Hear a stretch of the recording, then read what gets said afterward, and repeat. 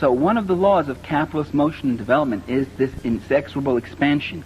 And that means expansion into an expropriation of the third world.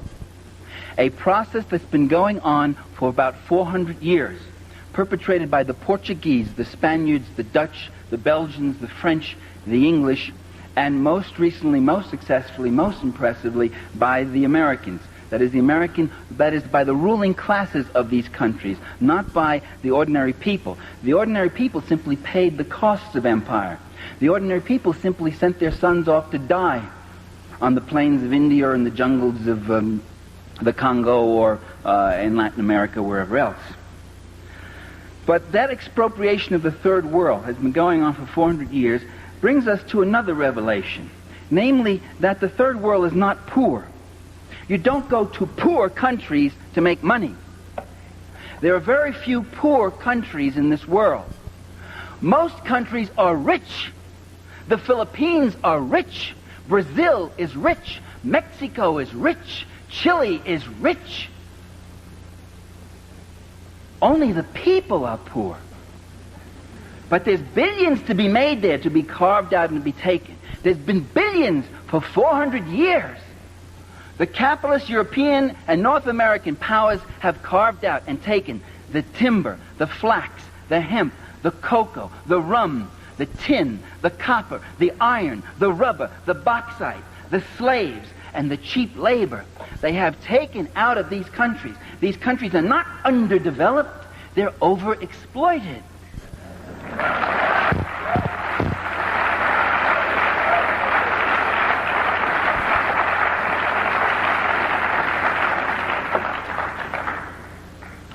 One of the countries that had a great deal of Western capital in it was Tsarist Russia.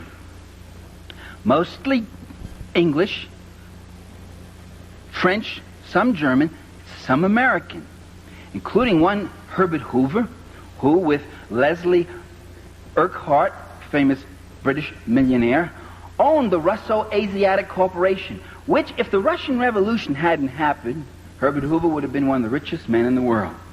And years later, when he was President of the United States, in 1931, when 1/3 of this country was unemployed, when people didn't have enough to eat, when people were driven to the edge of desperation, President Herbert Hoover said to the San Francisco Examiner, he said, "My greatest ambition in life is to see the overthrow of Bolshevism in Russia." There came, with the Russian Revolution, a break in the fabric of international capitalist history. There now was a country where the unwashed, where the workers of Petrograd and Moscow were actually taking over, where they were actually taking over the land, the labor, the technology, and the resources of their country, where communists were coming in to power. And there's a remarkable correspondence between Secretary of State Lansing and President Woodrow Wilson, in which Lansing says, "The Bolsheviks are wanting in political virtue. They would preach to the ordinary man that he might elevate himself through political means rather than by dint of hard work. This would be a most unfortunate example to the common man in our country and other countries." They understood what was the threat. The Americans themselves, the American ruling class, had very little didn't have all that much. I told you about Hoover and a few other speculators, other people like that. But they joined in with 14 other nations to invade the Soviet Union, to overthrow the socialist government that had just been put in after the Tsar was overthrown.